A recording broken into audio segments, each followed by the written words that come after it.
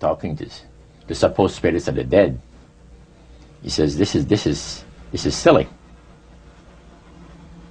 And this man had been at the seance with you. Yeah, oh yeah. And he's telling you that it's silly what you've just done. Because see, my wife, he says, goes to these seances because she gets comfort and she gets something good out of it, good feeling out of it.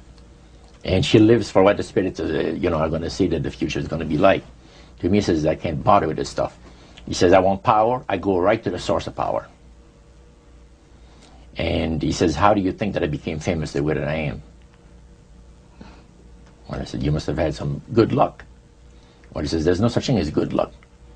He says, there's either some power working for you somewhere, or you don't get ahead in this world. Not in my type of occupation. So it went from there. We got talking about spirit worship. Did it intrigue you? Or did it make you want to find out more about what exactly he was talking about? Yeah. So he said the supposed spirits of the dead that you're talking with are demon spirits. They're fallen angels. They're beautiful beings. Just set it out, just like that. Oh, yeah. It didn't make you uneasy when he said they were Well, just it shocked you a little bit, something that you first hear mentioned to you. He said, you guys have got a great future ahead of you. Because we've been told, the high priest of our society, secret society, has been told that the master has very special plans for you too. Now, what did he mean by the master? Satan. And we were interested to hear more about it. And he told us, he says, look, we worship spirits. We worship Lucifer and all his angels. They're just as beautiful as they did before they were cast out of heaven. He says there was a misunderstanding in the whole thing. He says among the inhabitants of the galaxies. And he says our master was misunderstood. And God did not bear with him like he does with people that make mistakes today. So we're in a warfare, good against evil. And we happen to be the evil ones, but we're not that bad. He says, I look at this business between the forces of good and evil. He says, you believe in one person believes in God, and everyone believes in Lucifer. It's like politics. So the great controversy is real. And you've heard someone talk about it that's on the other side. And to these people, they are sold to the fact that Christ will not return to this planet with power and great glory.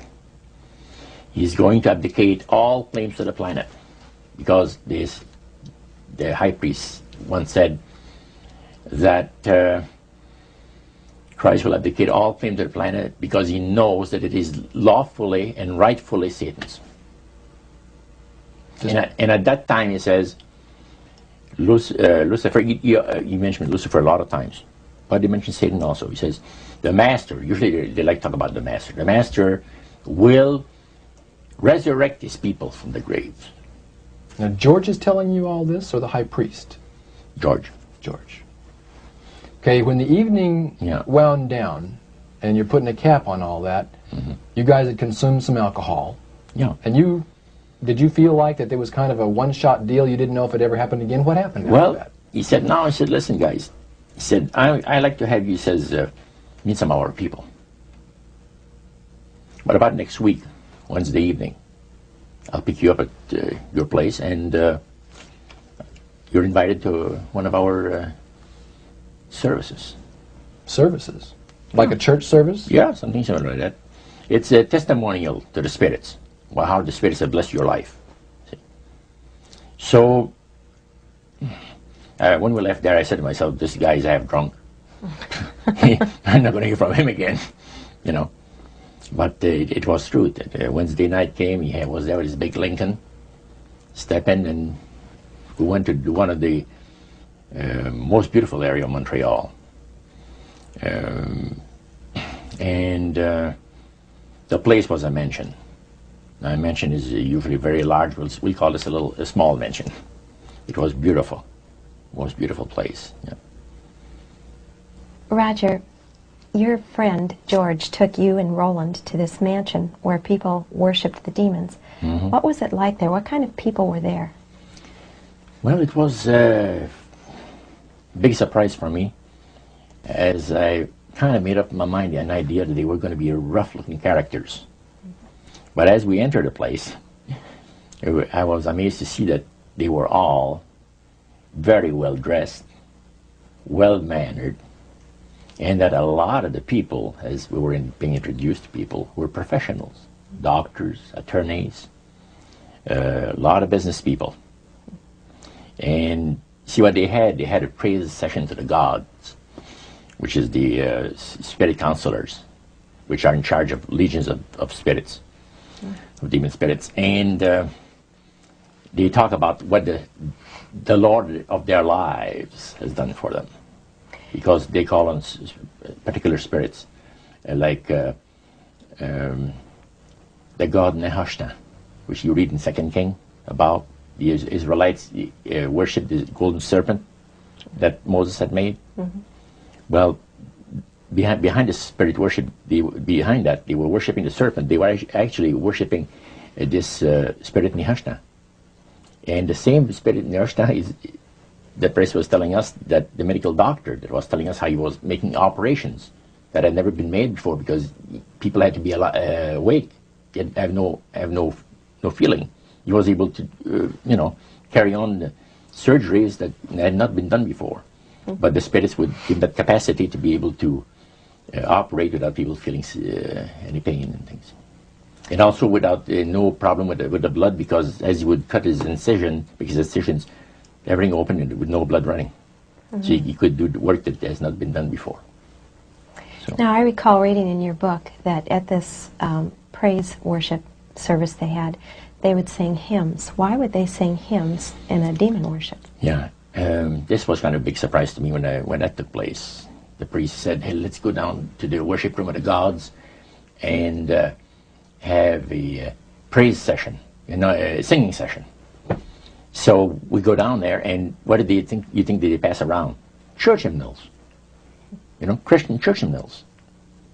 And I couldn't believe this. I said, "What's his business?" So the priest says, "Well, now," he says, "for those of you that are new, let me tell you that this is the most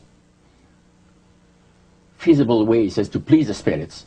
It's to deride Christ and his people, and his church and all that." So they sing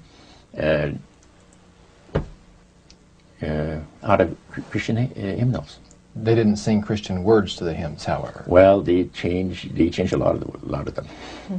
Yeah, and not for the good. It's a form of blasphemy. Yeah. Such as you see today in the rock music world. You see the entertainers, they have these crosses. Ladies got earrings, crosses. The guys got the cross.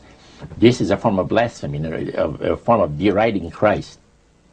You see, spirits cause the people to do that, to find pleasure in wearing this type of emblem, which is the cross is the emblem of the crucifixion of Christ to the Christians.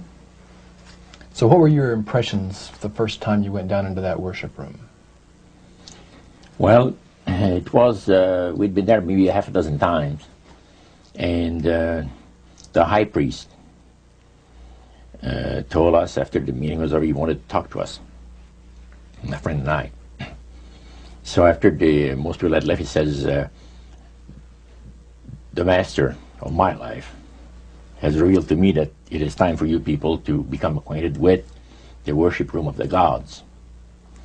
Well, we started to move toward a beautiful grand staircase.